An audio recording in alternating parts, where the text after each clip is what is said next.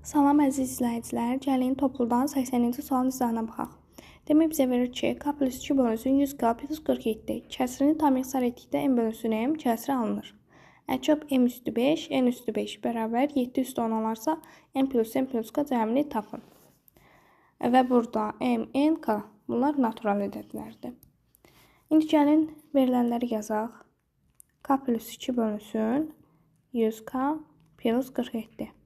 Bərabərdir m bölünsün m-ə və əçab m üstü 5, n üstü 5, 7 üstü 10-a bərabərdir. Və bizdən m plus k cəmini soruşur. İndi gəlin şərtə fikir verək. Bizə deyir ki, bu kəsri tam ixtisar etdikdə m bölünsün m kəsiri alınır. Kəsiri tam ixtisar etdikdə m bölünsün m alınırsa, demək n ilə m qarşılıqlı sadə ədədlər olur. Necə? Məsələn, götürək 20 ilə 40-ı. Bunları tam ixtisar etsək, qalar 1 bölünsün 2. 1 ilə 2 də qarşılıqlı sadə ədədlərdir. Demək, n ilə m qarşılıqlı sadə ədədlər olacaq. Və burada verir ki, əçab m üstü 5, n üstü 5. Biz burada m üstü 5, n üstü 5-i də qarşılıqlı sadə ədədlər götürəcək. Niyə? Məsələn, 1 n olsun, m də 2 olsun. Gəlin 5-ci dərəcədən yazaq. 1 üstü 5, bu da olsun 2 üstü 5. Bu edir 1, bu da edir 32. Görürük ki, 1 ilə 32 də qarşılıqlı sadə ədədlərdir. İndi gəlin misalımıza baxaq.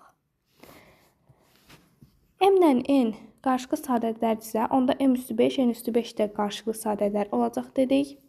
Onda qarşılıqlı sadə ədədlərin əçabı onların hansına bərabərdir? Gəlin indi yazaq. M üstü 5 vurulsun n üstü 5 bərabərdir 7 üstü 10-a. Biz buradan yaza bilərik ki, m vur n üstü 5 bərabərdir 7 üstü 10-u da 7 üstü 2 üstü 5 kimi yaza bilərik. Görürük ki, buradan dərəcələr eynidir. Demək, əsaslar da bərabər olmalıdır. Yəni, n vurulsun n 7 üstüyə bərabər olmalıdır. Yəni, 49-da. İndi baxmalıyıq ki, hansı iki ədədin hasılı 49 edir? n bərabər 49, n bərabər 1-in hasılı 49 edir. Bəs niyə 7 ilə 7-ni götürmədik? 7 ilə 7-nin də hasılı 49 edir. Axı biz dedik, m ilə n qarşılıqlı sadə ədədlər olmalıdır. Ona görə də biz 49-dan 1-i götürürük.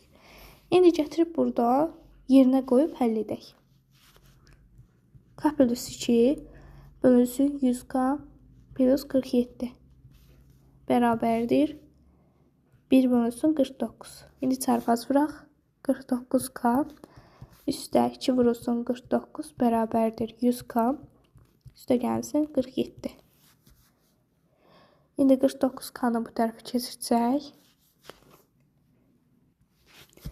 olar ondan 51k bərabərdir.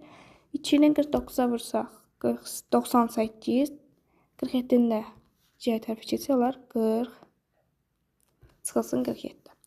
İndi 51k bərabərdir 51-ə. Buradan k-nı da taparıq 1. Demək, k-mız 1, m-miz 49, n isə 1 olacaq. Gətirib burada yerinə qoysaq, m 49, n 1, k 1. Bu da olar 51. Yəni cavabımız 51 oldu.